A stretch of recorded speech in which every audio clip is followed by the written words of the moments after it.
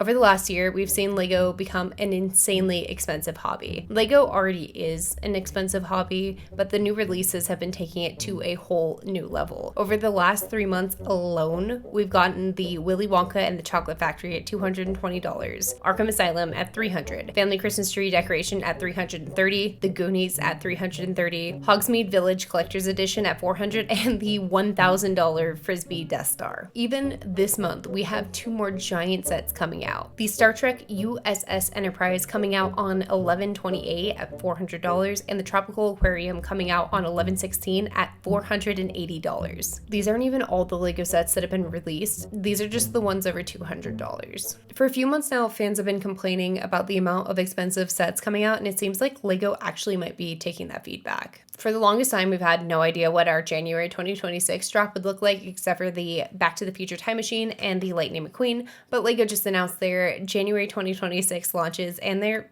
pretty inexpensive. As of right now, there's not a set that's even close to $200 that has been announced. We'll circle back to that in a second because there are a few rumors I want to discuss. Every January launch, we get at least one new Chinese New Year set.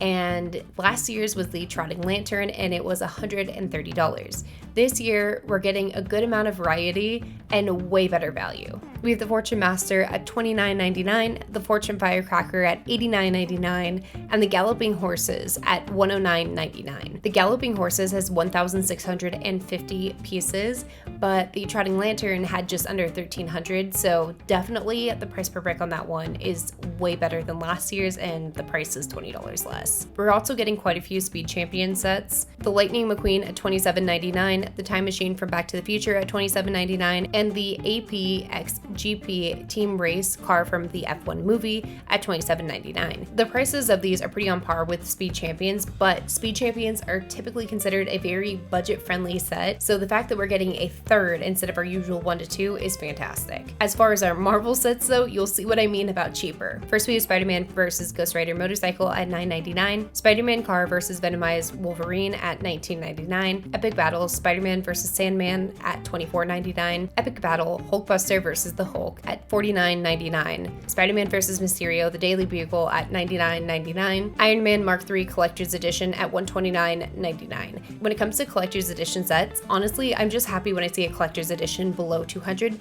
Granted, that one has 1,300 pieces, so if it was above that 200 or at that 200, it would be insanely expensive and not worth it, but I am happy to see a smaller collector's edition set. As far for the other ones, there's quite a few sets below or right at that $50 price point, which I think is great. A lot of these are play sets and they're not expensive play sets, which I think is very fun. I do think that these are great little gifts you could get for a niece or nephew, or a little stocking stuffer, especially that $9.99 Spider-Man one. Honestly though, one of the big critiques I've seen this year of LEGO Marvel is that the prices have been absolutely insane. So them coming out with more reasonable price sets to me is very, very joyous. But our next theme, Minecraft, typically does have really good price sets, but we're getting so many of them. Steve's Taiga Adventure at $9.99, Nether and End Portal Journey at $14.99, Chicken Farm at $19.99, The Pale Garden at $19.99, Zombie Dungeon at $29.99, The Fox at $39.99, Mini Biomes at $59.99, and finally Wither Battle at $64.99. LEGO Minecraft typically has a really good price per piece relative to other themes. Usually it's about 7 to 10 cents,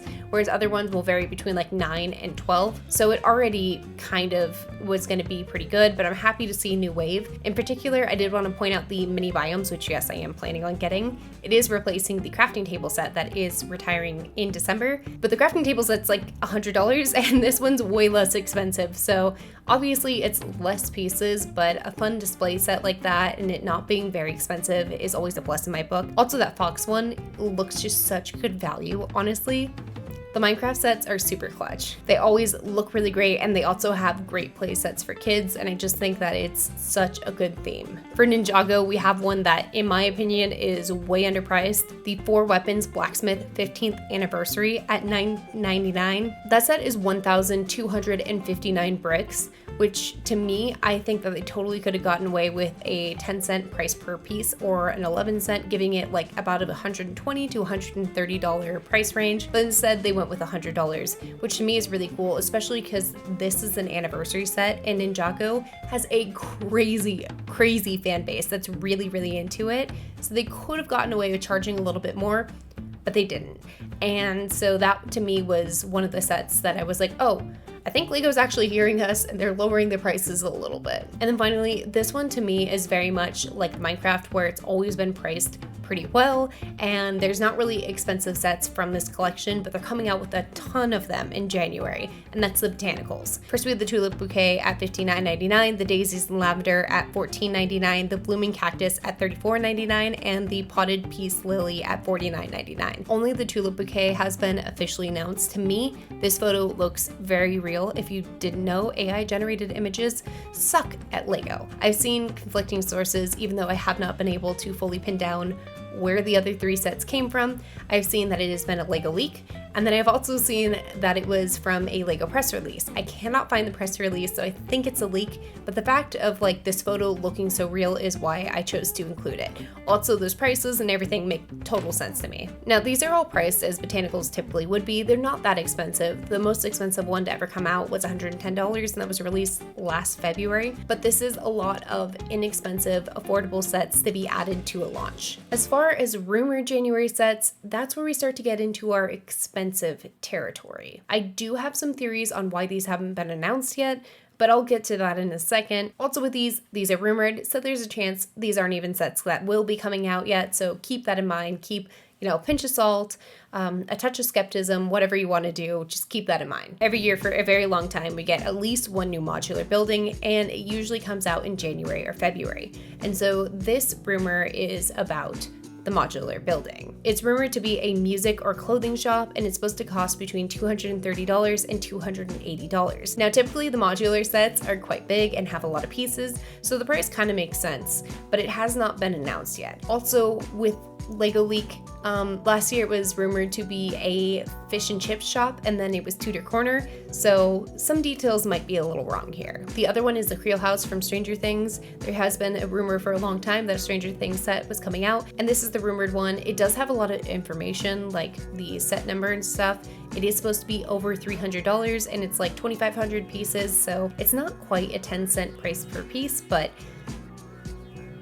yeah, that's the other rumored one. These are all the rumor sets that we have with a price, and personally, I only feel comfortable sharing these ones because there's a lot of information on them, and typically when we get rumors with this much information, they typically do come true. But there are some other rumored sets with approximate dates, like the Pokemon ones that we don't really have any official news on that might be coming out in February or January or March. It's kind of all over the place, but these are the most concrete ones. However, it looks like we're getting a bunch of sets that are priced reasonably well in our January drop, and I have 3 theories on this. Theory 1, they listened to our feedback. This year, Lego definitely has been attacking fans' wallets a little bit, and I've definitely seen people complaining about big expensive set fatigue. And I definitely myself like the big expensive sets, but every once in a while you want to go through and just crack open a small Lego set that you can sit down for an hour and do. Potentially when complaints started to pick up enough steam around August, September-ish, Lego enough was far enough back in their planning of the January releases that they were able to rework it. Theory 2, they pushed up the big set releases. We've gotten a lot of last minute launches on weird days of very big sets. Potentially they wanted to drop them early,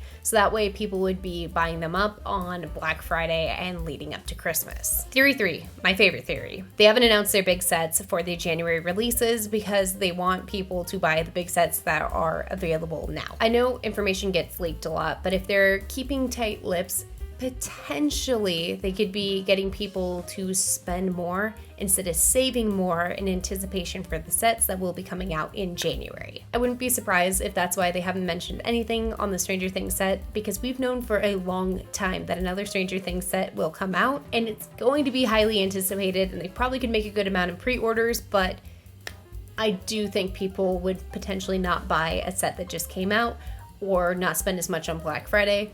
to save for that set. Also, we're rumored to be getting a new art set in January, February that has very, very minimal information.